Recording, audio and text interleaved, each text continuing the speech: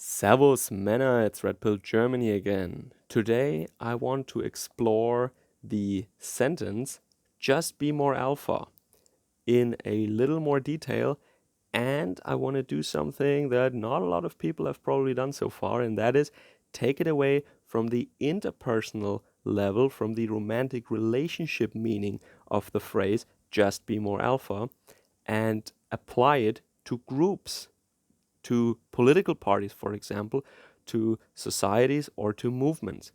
And this is because of the video I posted yesterday. Little reminder, I reported about a young female that was fast-tracked, so to speak. She had a very fast development as a YouTuber and blogger, as a media personality on the right in Germany. She just appeared in the beginning of last year and she went up to tens of thousands of subscribers in a couple of weeks. And she was allowed access to inner circles of the AfD party even, and was pushed and given a platform by many people because she is a young woman. And the right, as I explained yesterday, desperately needs this demographic more for PR reasons. And also some thirsty boomer sims are thinking with the little man, not with the big man, or the little head and not the big head, right? Okay, so a lot of, some people, to be fair, some people said again, well, you just need to be more alpha, bro, or something along those lines, variations of that. And first, in today's video, I want to tell you again why on an interpersonal, on a romantic level, just be more alpha. It kind of works, but it doesn't ultimately work. And then I want to discuss what a group or a society would have to do to be more alpha. And be more alpha means, of course, that the other side is simping for you and not vice versa, and that you eliminate or drastically minimize the probability of defection, of backstabbing, or of treason, that people stay loyal to you, that they don't turn their backs on you and do what this lady does. Little reminder, she collaborated with a mainstream media outlet or TV station, as I understood it, and she went with a hidden microphone to an AfD event and tried and succeeded, according to what I've heard, in recording material that makes the AfD look really bad. And she switched sides a long time ago while she was continuing to lie to the people on the right, still acting as if she is on the right politically, while she was already trying to gather material against them and offer that to the mainstream media so that she can join the other side, the dominant side, that is. And that is a little, this is a little show already, a little display in what direction my argumentation will go. Yeah, she went away from the underdog, that is the right, the dissident right, and she tries to move now over to the dominant group in Germany, which is of course the mainstream, which is the globalists, which is Green Party, Angela Merkel, leftists, right? They are the dominant group. Okay, so little reminder, thank you to all my subscribers, to all my supporters. And also, if you like this video, like, share, and subscribe. Pass it on to people who you think might have an interest in that, friends, family, these kinds of topics, news from Germany. And if you really want to support me, feel free to donate via PayPal or support me on Patreon or Subscribestar. All right, now let's get into it.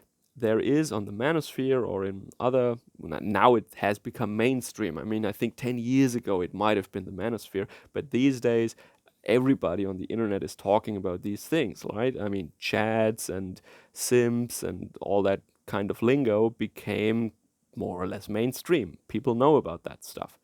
And some people say, well, you just need to, get a haircut and work out in the gym and watch what you're eating and get fancy clothes, and then you get a girl. And then when you're real alpha, then real confident, and you're the alpha guy, right? The guy in who's higher up in the pyramid, in the male hierarchy. If other men are following you and looking up to you, then you get the females. So it's like in a wolf pack or something, right?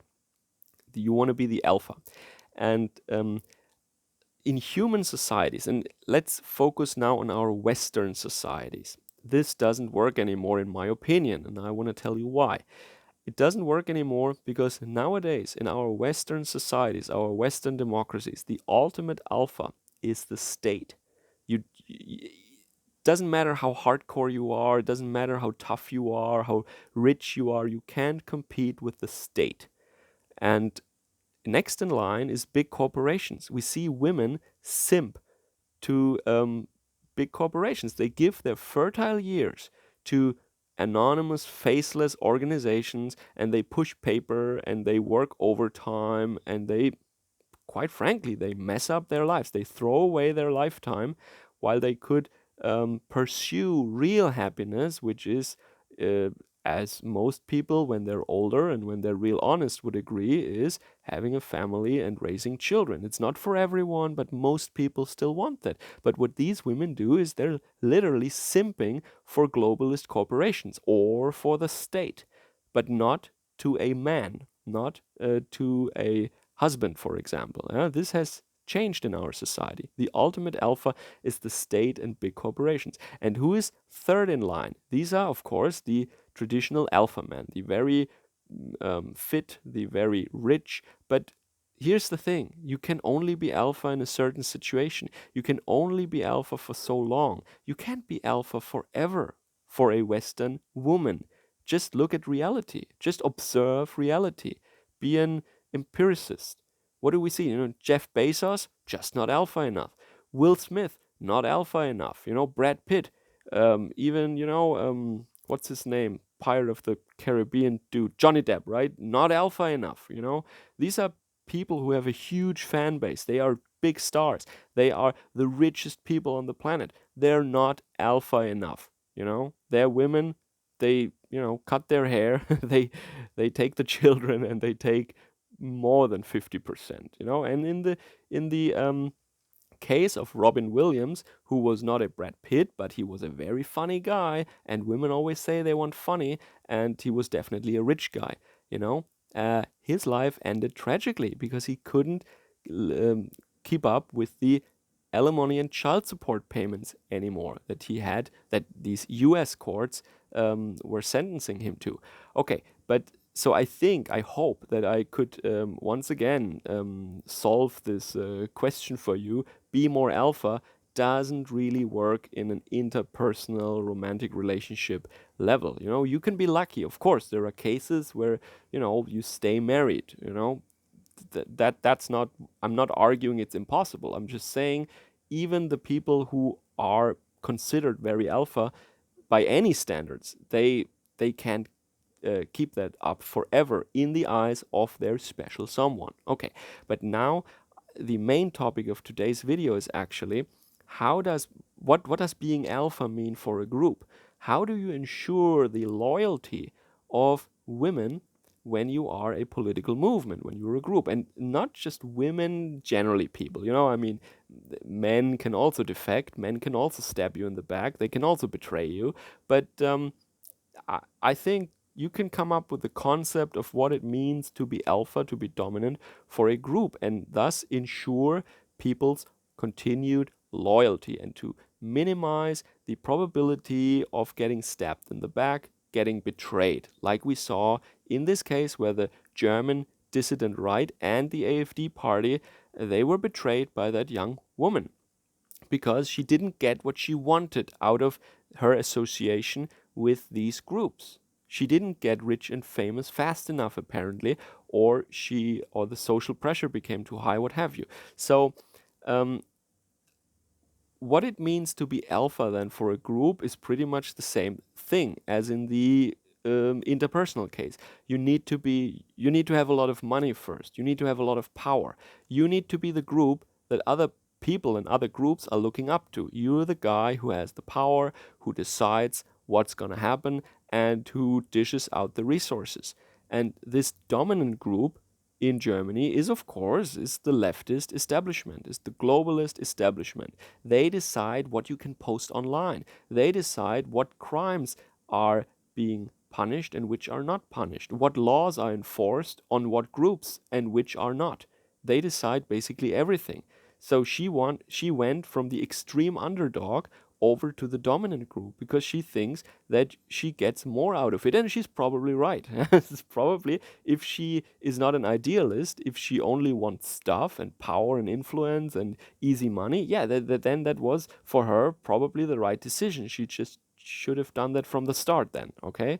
And not gone this weird, detour over the right and even the far right, as I heard she did in Germany. But that's neither here nor there. I really want to go away from this particular example. But so, what can groups now do to minimize this? And I thought about this morning, and I think the problem is clear now. You want to be the dominant group. You want to make sure that you don't get stabbed in the back, that no one takes um, a hidden microphone and records crap on you, and then offers that as a hot take to the mainstream media to make you look bad.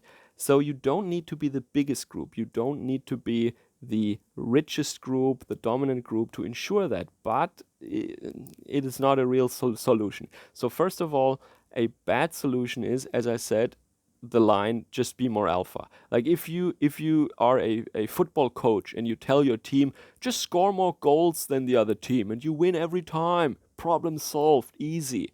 Yeah, or if you tell a political party as a campaign advisor, if you have 70% of the popular vote, then you will be in a good position to head the next government. Yeah, really, you're telling me something really new here. That is good advice. Just win and then you're good. Yeah, that is not real advice. So be more alpha is not real advice. It would be a goal. It's not how you get there. Okay, that's the first thing I want to mention. And then the second thing is, I looked all around the world. Yeah, what do groups do to ensure loyalty? And I was reminded, while I was contemplating this, of a roommate I once had. This guy came from a rather small Bavarian village, and he was not a Catholic like you are normally in Bavaria in the south. He was, or his family was, a Jehovah's Witness family. And he was studying physics, just like me.